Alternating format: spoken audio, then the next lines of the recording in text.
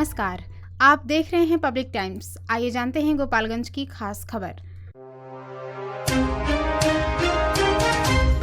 कुचायकोट थाना क्षेत्र के हरदो मठिया गांव में सुबह पुराने विवाद को लेकर दो पक्षों के बीच हिंसक झड़प हो गई। विवाद इतना बढ़ गया कि लाठी डंडों और फरसे से हमला कर दिया गया, जिसमें एक ही परिवार के 4 लोग गंभीर रूप से घायल हो गए। घायलों में धर्मेंद्र शाह, उनकी पत्नी सुषमा देवी तथा दोनों बेटे राजकुमार और मिंकू कुमार शामिल हैं। सभी को पहले कुचायकोट सामुदायिक स्वास्थ्य केंद्र ले जाया गया, जहां प्राथमिक उपचार के बाद हालत गंभीर होने पर सदर अस्पताल रेफर कर दिया गया। पीड़ित धर्मेंद्र शाह ने बताया कि कुछ दिन पहले गांव में 2 ट्रैक्टरों की हल्की टक्कर के बाद विवाद हुआ था, जिसकी प्राथमिकी दर्ज होने के बाद दोनों पक्षों में समझौता हो गया था। आरोप है कि उसी मामले की रंजिश में सुबह दूसरे पक्ष के लोग गाली गलौज करने लगे। विरोध करने पर लाठी डंडों और फरसे से हमला कर दिया। बीच बचाव करने पहुंचे परिवार के अन्य सदस्यों को भी नहीं बख्शा गया। घटना की सूचना मिलते ही कुचायकोट थाना पुलिस मौके पर पहुंची और मामले की जांच शुरू कर दी है। पुलिस का कहना है कि शिकायत के आधार पर आगे की कानूनी कार्रवाई की जाएगी। बरौली थाना क्षेत्र के रतनसराय पुल के समीप देर रात हुए सड़क हादसे में बाइक सवार स्वर्ण व्यवसायी की मौके पर ही मौत हो गई। मृतक की पहचान बरौली वार्ड संख्या 12 निवासी कृष्णा कुमार के रूप में हुई है, जो सिवान जिले के मुसफ्फिल थाना क्षेत्र के हनुमान मोड़ पर सोने चांदी की दुकान चलाते थे। बताया गया कि वह रोज की तरह दुकान बंद कर बाइक से अपने घर लौट रहे थे। इसी दौरान रतनसराय गाँव के पास तेज रफ्तार और बेकाबू ट्रक ने उनकी बाइक को जोरदार टक्कर मार दी, जिससे वह ट्रक की चपेट में आ गए और घटनास्थल पर ही उनकी मौत हो गई। हादसे के बाद स्थानीय लोगों ने ट्रक को रोक लिया और पुलिस को सूचना दी। सूचना मिलते ही बरौली थाना पुलिस मौके पर पहुंची, शव को कब्जे में लेकर पोस्टमार्टम के लिए भेजा तथा ट्रक को जब्त कर चालक को गिरफ्तार कर लिया। पोस्टमार्टम के बाद शव परिजनों को सौंप दिया गया। पुलिस ने बताया कि परिजनों से लिखित आवेदन मांगा गया है और मामले की जांच जारी है। दुर्घटना के बाद परिवार में कोहराम मचा हुआ है। पूरे इलाके में शोक का माहौल है। गोपालगंज जिले के सरकारी अस्पतालों में एंटी रेबीज वैक्सीन का स्टॉक पूरी तरह खत्म हो जाने से मरीजों की परेशानी बढ़ गई है। सदर अस्पताल समेत सभी प्राथमिक स्वास्थ्य केंद्र, सामुदायिक स्वास्थ्य केंद्र और रेफरल अस्पताल में फिलहाल कुत्ते के काटने के बाद लगने वाली एंटी रेबीज इंजेक्शन उपलब्ध नहीं है। ऐसे में मरीजों को निजी अस्पतालों और मेडिकल स्टोर से महंगे दाम पर वैक्सीन खरीदने के लिए मजबूर होना पड़ रहा है। बरसात और गर्मी के मौसम में आवारा कुत्तों के हमले की घटनाएं बढ़ने से रोजाना बड़ी संख्या में लोग अस्पताल पहुंच रहे हैं।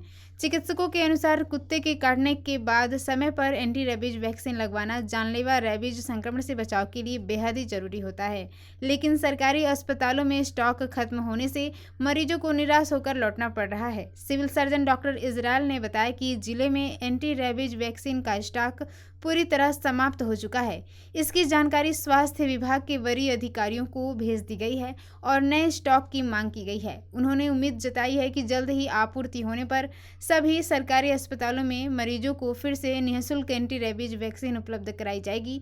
तब तक लोगों से सतर्क रहने और कुत्ते के काटने पर तुरंत चिकित्सीय सलाह लेने की अपील की गई है। अभी पूरे गोपालगंज में ही खत्म है और इंजन बना के हम भेज दिए हैं, वहाँ से सप्लाई नहीं है पटना से। रोज काफ़ी मरीज आ रहे हैं कुत्तों को सुन लेने। तो उसके लिए हम रिमाइंडर भी दिए हैं कि आ जाए।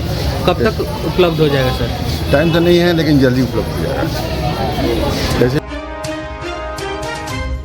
बैकुंठपुर थाना क्षेत्र के शंकरपुर गांव के समीप स्टेट हाईवे पर देर रात 2 ट्रकों की आमने सामने हुई भीषण टक्कर में एक चालक की मौके पर ही दर्दनाक मौत हो गई। टक्कर इतनी जबरदस्त थी कि एक ट्रक का केबिन पूरी तरह क्षतिग्रस्त हो गया और चालक उसमें बुरी तरह फंस गया। मृतक की पहचान पश्चिमी चंपारण जिले के साठी थाना क्षेत्र के नूनी पाकड़ गांव निवासी अमरेश कुमार तिवारी के रूप में हुई है। बताया गया कि अमरेश कुमार तिवारी बालू लदा ट्रक लेकर सारण के डोरीगंज से पश्चिम चंपारण जा रहे थे। इसी दौरान शंकरपुर गांव के पास सामने से आ रहे दूसरे ट्रक से उनकी जोरदार भिड़ंत हो गई। सूचना मिलते ही बैकुंठपुर थाना पुलिस और डायल 112 की टीम मौके पर पहुंची और स्थानीय लोगों की मदद से चालक के शव को क्षतिग्रस्त केबिन से बाहर निकाला। पुलिस ने शव को पोस्टमार्टम के लिए सदर अस्पताल भेज दिया। हादसे के बाद दूसरा ट्रक चालक वाहन छोड़कर फरार हो गया। उसकी तलाश जारी है।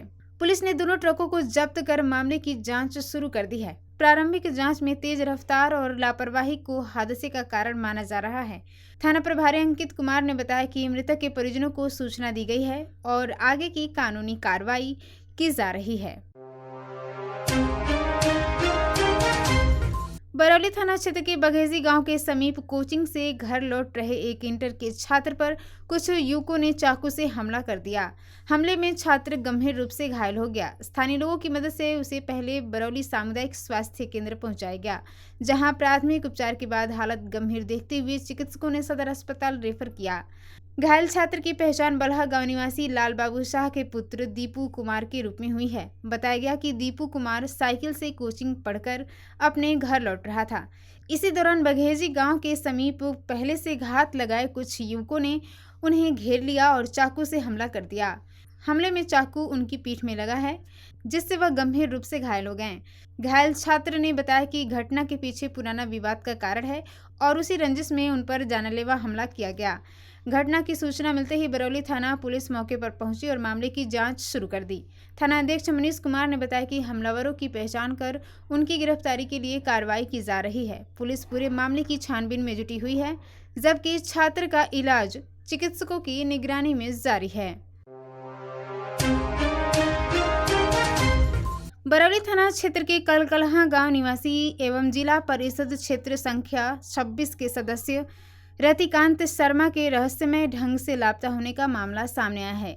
उनके अचानक गायब होने से परिवार में चिंता का माहौल है। काफी खोजबीन के बावजूद कोई सुराग नहीं मिलने पर स्वजन ने अपहरण की आशंका जताते हुए बरौली थाना में प्राथमिकी दर्ज कराई है। जानकारी के अनुसार रविकांत शर्मा 23 जुलाई की शाम अपने घर से बाइक से निकले थे। उन्होंने जल्द लौटने की बात कही थी, लेकिन देर रात तक वापस नहीं आए। परिजनों ने उनके मोबाइल पर कई बार संपर्क करने की कोशिश की, लेकिन फोन पे कोई जवाब नहीं मिला। इसके बाद रिश्तेदारों, परिचितों और संभावित स्थानों पर लगातार तलाश की गई, फिर भी उनका कोई पता नहीं चल सका। कई दिनों तक खोजबीन विफल रहने पर परिजनों ने पुलिस से निष्पक्ष जांच और शीघ्र बरामदगी की मांग की।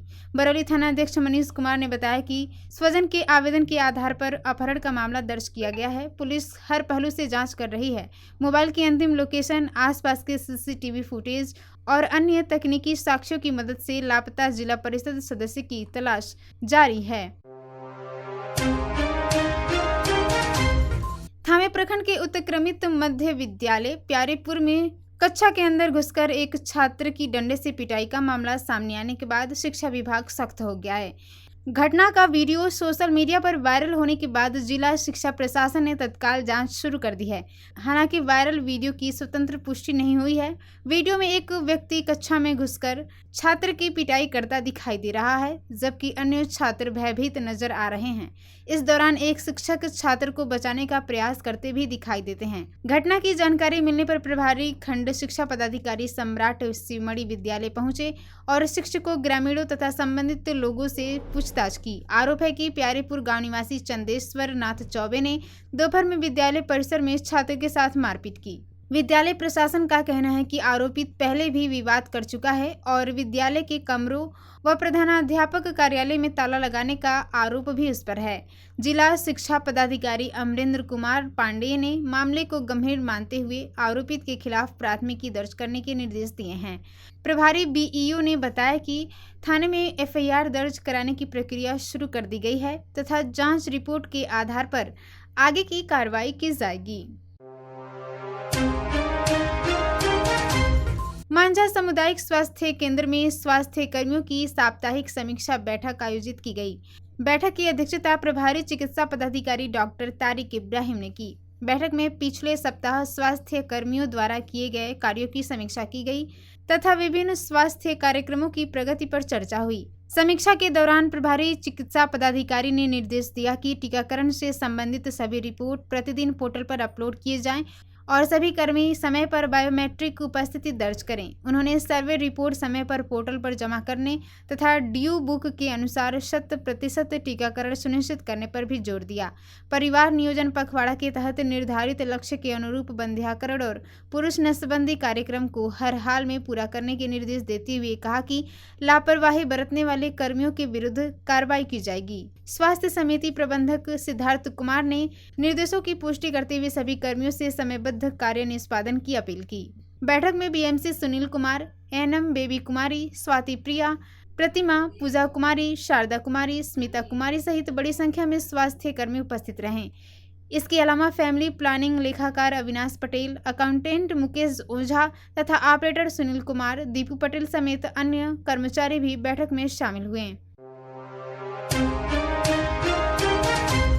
माजागढ़ प्रखंड के सरिया अख्तियार गांव की बहू गुलशन निशा ने मेडिकल परीक्षा में सर्वोच्च अंक प्राप्त कर टॉपर बनने का गौरव हासिल किया है। इस उपलब्धि पर उन्हें उत्तर प्रदेश की राज्यपाल आनंदीबेन पटेल एवं उच्च शिक्षा राज्य मंत्री रजनी तिवारी ने गोल्ड मेडल और प्रशस्ति पत्र देकर सम्मानित किया। गुलशन निशा ने वीर बहादुर सिंह पूर्वांचल विश्वविद्यालय जौनपुर से बीएमएस की पढ़ाई के दौरान यह सफलता हासिल की। बताया जाता है कि उन्होंने घरेलू जिम्मेदारियों का निर्वहन करते हुए कठिन परिश्रम और लगन से पढ़ाई जारी रखी। उनकी इस उपलब्धि से परिवार और क्षेत्र में खुशी का माहौल है। पिता अब्दुल सत्तार उर्फ मुन्ना ने कहा कि उन्हें विश्वास था कि उनकी बेटी एक दिन डॉक्टर बनेगी और उसने मेहनत के दम पर उसका सपना साकार कर दिया। वहीं ससुर डॉक्टर शमसुद्दीन उर्फ ननकू ने कहा कि उनकी बहू ने न केवल परिवार बल्कि विश्वविद्यालय और पूरे क्षेत्र का नाम रोशन किया है। राज्यपाल और शिक्षा मंत्री के हाथों सम्मानित होने पर पूरे परिवार के लिए गर्व का क्षण है। गुलशन निशा की सफलता से क्षेत्र की बेटियों और छात्राओं को भी उच्च शिक्षा के क्षेत्र में आगे बढ़ने की नई प्रेरणा मिली है। आपको बताते चले कि कुचायकोट थाना क्षेत्र के हरदो मठिया गांव में खाद फेंकने के विवाद ने हिंसक रूप ले लिया। इस विवाद में धारदार हथियार से हमला कर एक ही परिवार के 4 लोगों को गंभीर रूप से घायल कर दिया गया। घायलों का इलाज सदर अस्पताल में चल रहा है। जानकारी के अनुसार खाद फेंकने को लेकर शुरू हुए विवाद के दौरान कुछ लोगों ने धर्मेंद्र शाह के परिवार पर हमला बोल दिया। हमले में धर्मेंद्र शाह, उनकी पत्नी सुषमा देवी, पुत्र राजकुमार शाह और मिकू कुमार गंभीर रूप से घायल हो गए। घटना के बाद परिजनों और ग्रामीणों की मदद से सभी घायलों को कुचायकोट सामुदायिक स्वास्थ्य केंद्र पहुंचाया गया। वहां प्राथमिक उपचार के बाद चिकित्सकों ने उनकी गंभीर हालत को देखते हुए बेहतर इलाज के लिए सदर अस्पताल भेज दिया। अस्पताल में सभी घायलों का उपचार जारी है। घटना की सूचना मिलने पर पुलिस भी मौके पर पहुंची और मामले की छानबीन शुरू कर दी। कुचायकोट थानाध्यक्ष ने बताया कि अभी तक पीड़ित पक्ष की ओर से कोई लिखित आवेदन प्राप्त नहीं हुआ है। आवेदन मिलने के बाद मामले की जांच कर दोषियों के खिलाफ कानूनी कार्रवाई की जाएगी। पुलिस पूरे घटनाक्रम की जांच में जुटी हुई है। तो ये थी गोपालगंज की खास खबर। आप इसे देख रहे थे पब्लिक टाइम्स पर। नमस्कार।